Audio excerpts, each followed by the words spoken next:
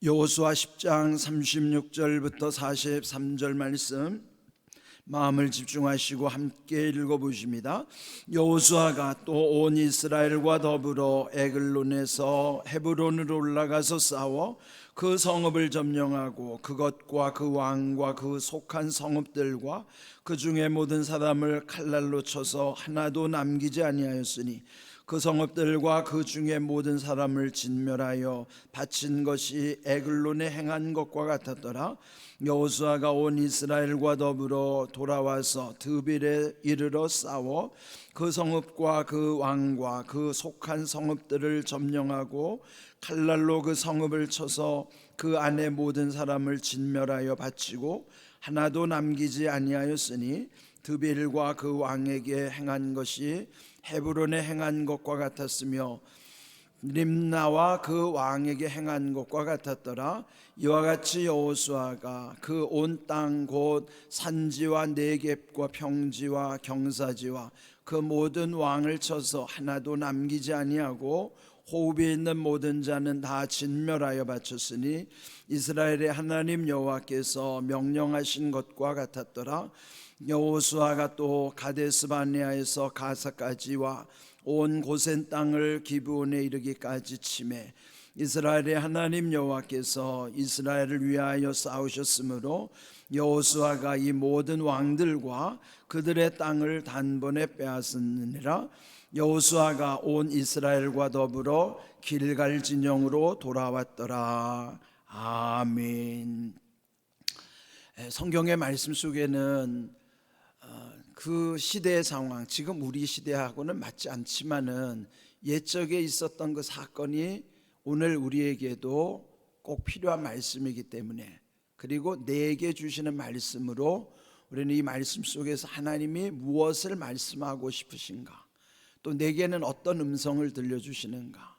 그래서 우리가 성경을 묵상하는 중요한 이유 중에 하나는 하나님의 음성을 제대로 듣고자 하는 것이에요. 제가 오늘 아침에 묵상하다가 어느 글을 봤는데요, 참 마음에 와닿는 그 글귀가 있었어요. 그게 뭔가 하면은 나를 정말 사랑하는 사람은 나를 헷갈리게 하지 않는다. 짧은 내용이지만 뭔가 좀 공감이 됐습니다. 나를 정말 사랑하는 사람은 나를 헷갈리게 하지 않는다.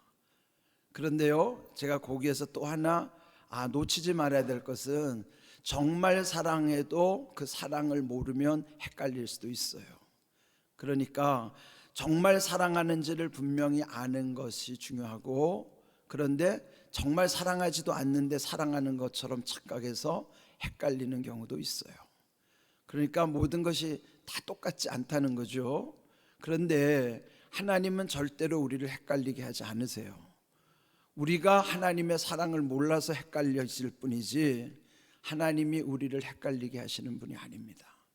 그래서 우리는 말씀 속에서 하나님의 사랑을 먼저 깊이 깨달아 알 때에만 우리의 인생도 헷갈리지 않는 거예요. 그러면 오늘 이 말씀도 보면 여호수아를 앞장 세워서 그 가나안 땅을 정복하는 과정, 한마디로 말하면 전쟁 이야기예요. 전쟁 이야기가 우리에게 그렇게 아름답게 들릴 수는 없겠죠.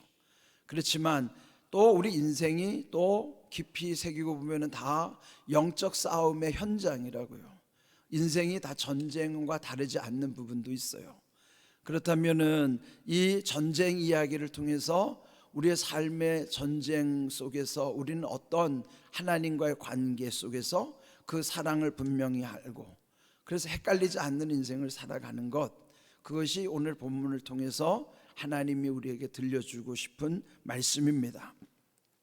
이 오늘 읽은 말씀은 그 가나안의 남부의 도시들을 정복하는 내용들이 나오죠. 그런데 앞서서 첫 성인 여리고성을 함락시켰은 것 다음에 아이성에서는 무참히 패배했어요.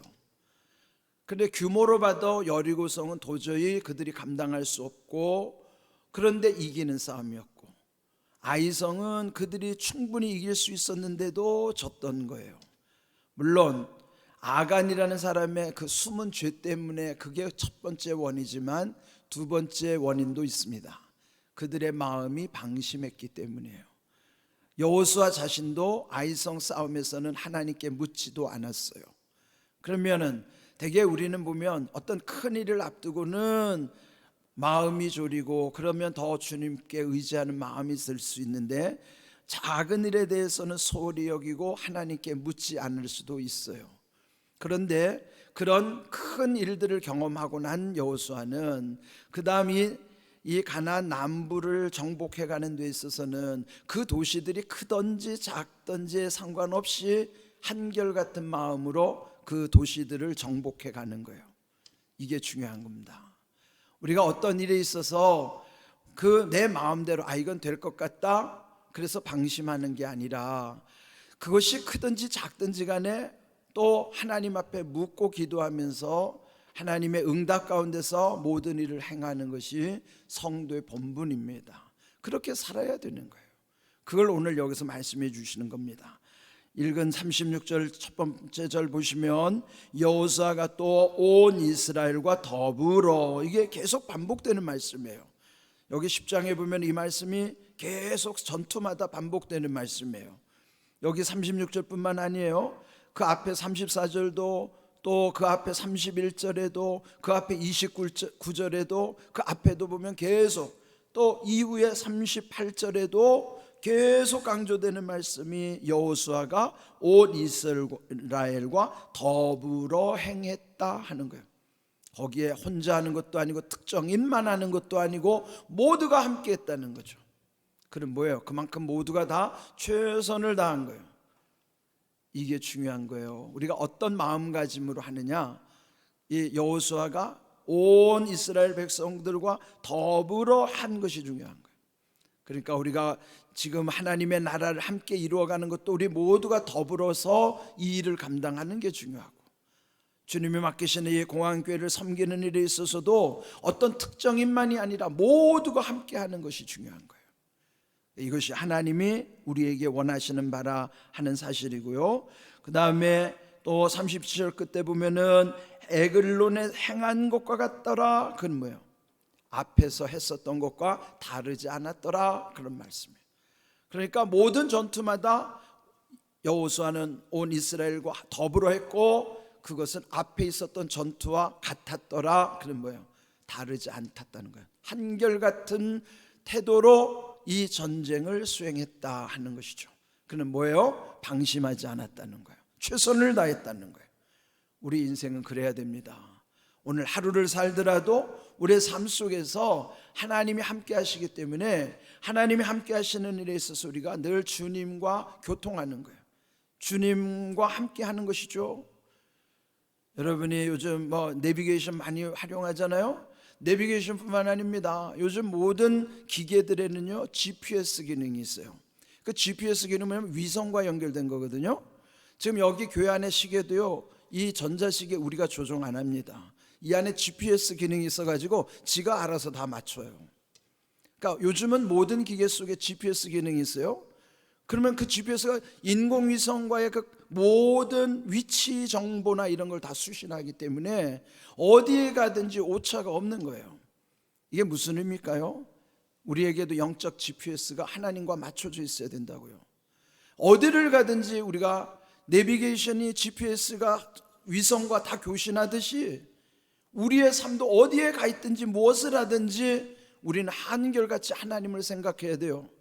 우리의 영적 GPS는 하나님께 고정되어 있어야 돼요. 여러분, 나침반의 원리는 어디를 가든지 그 나침반에 빨간색으로 칠해진 것이 북쪽을 가리키기 때문에 그 북쪽 한 방향만 알면 나머지 세 방향을 다 알게 되는 원리와 마찬가지죠. 우리의 영적 나침반이 오직 하나님만 가리키고 있다면 우리의 나머지 세 방향들은 다 보여지게 되는 거예요. 그게 영적 원리예요. 그래서 여기 지금 이들이 전쟁을 수행하는 일에 있어서 이전에 실패했던 경험, 이전에 성공했던 경험, 거기에 자만하지 않고 그들은 최선을 다해서, 최선을 다하는 게 뭐예요? 하나님의 명령대로 한다는 거예요. 그래서 지금 오늘 말씀도요, 오늘 제목이 그 하나님이 주신 명령과 그들의 순종이 같았더라, 이게 결론이에요. 하나님이 명령하셨으면은 그것을 행했던 순종하는 것이 같아야 되는 것이죠. 그런 말을 계속 반복하면서 40절을 보면 이와 같이 여호수아가 그 온 땅, 그들이 지금까지 정복했던 그 모든 땅들이 곧 어떤 형편인가? 그들이 지금까지 정복했던 땅들의 상황을 이렇게 표현하는 거예요. 산지와 네겝과 평지와 경사지. 자, 이건 네 가지 종류인데요. 산지, 네겝이라고, 네겝은요 남쪽을 가리키는데, 네겝은 그들이 사막지대를 걸을 때 거기를 네겝이라고 하는 거예요. 그러면 산지와 사막은 완전히 토양과 지질과 모든 형편이 다 달라요. 우리가 선택할 때 보면 사막보다는 산지를 더 선택할 수도 있겠죠. 우리가 취사 선택하라고 하신 게 아니라 하나님이 주신 모든 것에는 이렇게 다양함이 있다는 겁니다. 내가 좋아하는 것만 있는 것이 아니라 내가 좋아하지 않는 것도 그 속에 들어있어요. 그런데 하나님은 다 우리에게 유익하게 하시기 위해서 주시는 것이지, 나의 기호대로. 우리는 음식은 자기가 좋아하는 것 먹고 싫으면 안 먹어도 돼요. 그는 기호성에 따라서는 그건 자기가 해도 되고 안 해도 되는 문제지만은, 하나님이 주시는 것은 선택의 문제가 아니라 우리에게 유익하시기 때문에, 어린애들은 그 맛을 볼 때 단맛을 좋아하고 쓴맛 안 좋아하잖아요. 근데 어른들은 그걸 안 가린 거예요. 단맛, 쓴맛, 매운맛, 짠맛, 모든 5가지 맛이, 우리 한국에서는 그걸 5가지 오미라고 그러잖아요. 오미. 그런 모든 맛이 다 우리에게 필요하기 때문에 존재하는 거지, 어느 한쪽을 선택해서 자기가 좋아하는 맛으로만 가면 죽는 거예요. 그거 건강에 해로운 거죠. 골고루 그 맛이 우리를 건강을 지키게 하는 것처럼 하나님이 주시는 환경은 다 우리에게 유익한 거예요.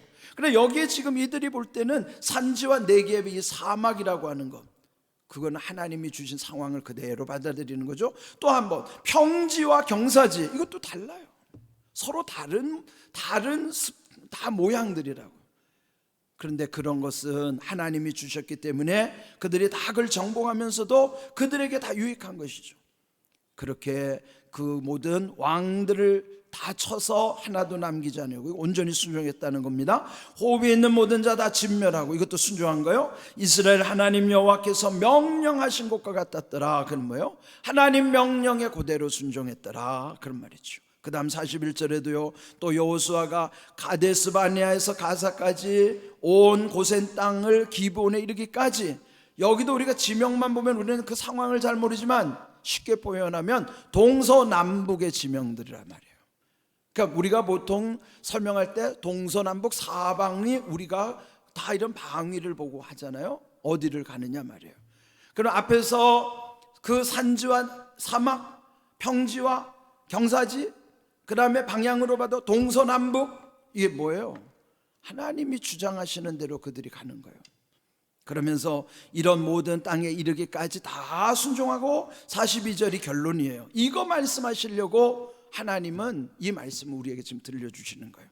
이스라엘 하나님 여호와께서 이스라엘을 위하여 싸우셨으므로 여호수아가 이 모든 왕들과 그들의 땅을 단번에 빼앗으니라 그랬어요. 그러니까 여기 이 말씀에서 중요한 게 뭐냐면 하나님이 하셨다는 거죠. 이스라엘 하나님 여호와께서 이스라엘을 위하여 싸우셨다. 물론 그들이 가서 전쟁했어요. 그럼 전쟁한다고 이기나요? 아니에요. 우리가 일하죠. 그럼 우리가 일한다고 다 됩니까? 안 돼요. 하나님이 하셔야 하는 거예요. 이것이 하나님이 우리에게 깨우쳐 주는 거예요.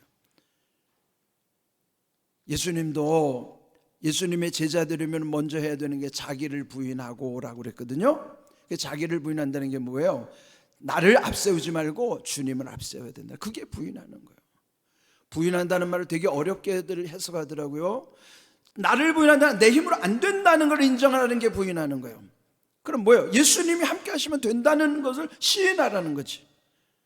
그러니까 우리의 주도권의 문제입니다. 내가 주도권을 갖고 있느냐, 주님께 주도권을 내드리느냐. 물론 나도 하죠. 하는데 주도권은 주님이 갖고 계시는 거예요. 근데 이거 인정 안 합니다. 다 자기가 했다고 드러내고 싶고, 그러니까 자기를 부인하지 않는 거예요.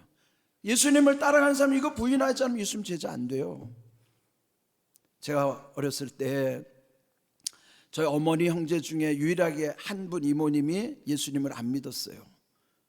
그런데 그 집에 가면은 꼭 밥을 먹으면은 이제 다 기도하고 이렇게 먹잖아요. 근데 그 이모가 농담으로 하는 말이 있어요. 야, 밥은 내가 해줬는데 왜 엉뚱한데 감사하냐? 이제 농담으로 하는 얘기예요. 그렇습니다. 근데 믿지 않는 세상 사람들은 그래요. 자기가 하는 것이라고 생각한다고요. 밥이야 이모가 해줬죠. 그러나 그걸 모든 걸 먹게 해주신 하나님의 우리는 감사하는 것이지. 근데 믿지 않는 사람, 믿는다고 하면서도 아직도 자기를 부인하지 않는 사람은 주도권 자기가 갖고 있어요. 그러니까 실패할 수밖에 없고. 근데 우리가 오늘 이 말씀 속에서 중요하게 깨달아야 되는 것은 하나님이 하셨다는 것을 인정하는 거예요. 그게 나를 부인하는 거예요. 하나님 이걸 우리에게 들려주고 싶어서 이 말씀을 여기 기록해 놓은 거라고요. 그러니까 우리 일상에서 모든 거 다 왜 하나님의 은혜라고 고백하는가? 주도권이 하나님께 있기 때문에. 내가 일한다고 해서 다 되는 것 아니지만 내가 일함에도 불구하고 하나님이 함께 하셔서 하나님이 하시기 때문에 그걸 고백하고 하나님의 은혜를 감사하는 삶이라고. 그걸 우리가 날마다 여러분 말씀을 들을 때 중요한 거는 적용을 잘해야 되는 거예요. 적용이 뭔지 아세요? 맞게 쓸 줄 아는 게 적용이에요. 영어로는 그걸 애플리케이션이라는데 요즘 어플이라는 말 많이 듣죠. 영어 잘 모르는 사람들 어플 다 알잖아요. 왜? 스마트폰에 뭐 앱을 깐다 그러지. 앱이 어플이고 그걸 정확히 표현하면 애플리케이션. 그게 뭐냐면 적용이에요. 그러니까 그걸 쓴다는 거죠. 그러니까 스마트폰도 쓰려면 먼저 앱을 깔아야 된단 말이에요. 애플리케이션이 있어야 된단 말이에요. 어플이 있어야 된다고. 그게 적용하는 거예요. 우리의 말씀도 먼저 내 삶 속에 어플을 깔아야 된단 말이에요. 영적 어플이 말씀을 적용하고. 그럼 적용하려면 뭐가 필요합니까? 지혜가 필요해야 돼요. 말씀에 지혜가 있어야 적용할 수 있어요. 두 번째, 아무리 어플 깔아놔도 자기가 그걸 활용을 못하면, 자기가 그걸 적응을 못하면 아무 소용없어요. 말씀도 마찬가지예요. 적용하는 것 못지않게 중요한 건 자기가 적응하는 거예요. 적응 어떻게 해요? 하나님 능력 주셔야만 적응하는 거예요. 적용과 적응은 우리가 해야 되는 거예요. 적용은 지혜를 주셔야 적용을 할 수 있지만 적응은 하나님이 능력을 입혀 주셔야 내가 그걸 감당할 수 있는 거예요. 그게 적응의 은혜입니다. 적용과 적응을 잘 하셔야 돼요. 말씀을 아무리 들어도 왜 변화가 안 될까요? 적용 안 하니까, 적응 안 못하니까. 그러니까 변화 안 되는 거예요.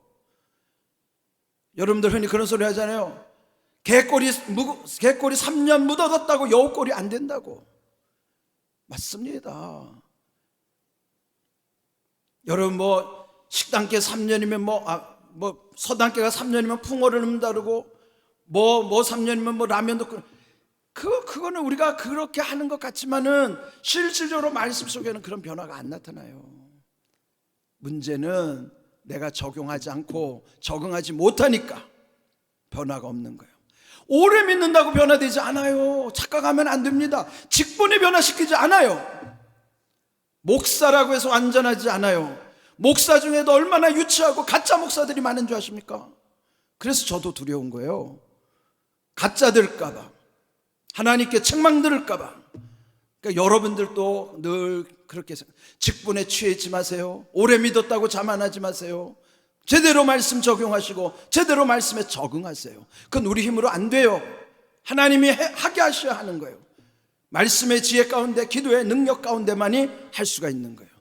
새벽에 여러분 깨어서 그렇게 말씀의 지혜와 기도의 능력을 구하십시오. 그렇게 해서 오늘 제목처럼 하나님 명령하심을 순종하는 것이 똑같았더라. 그런 은혜가 우리에게 이루어지기를 주님의 이름으로 축복합니다. 아멘.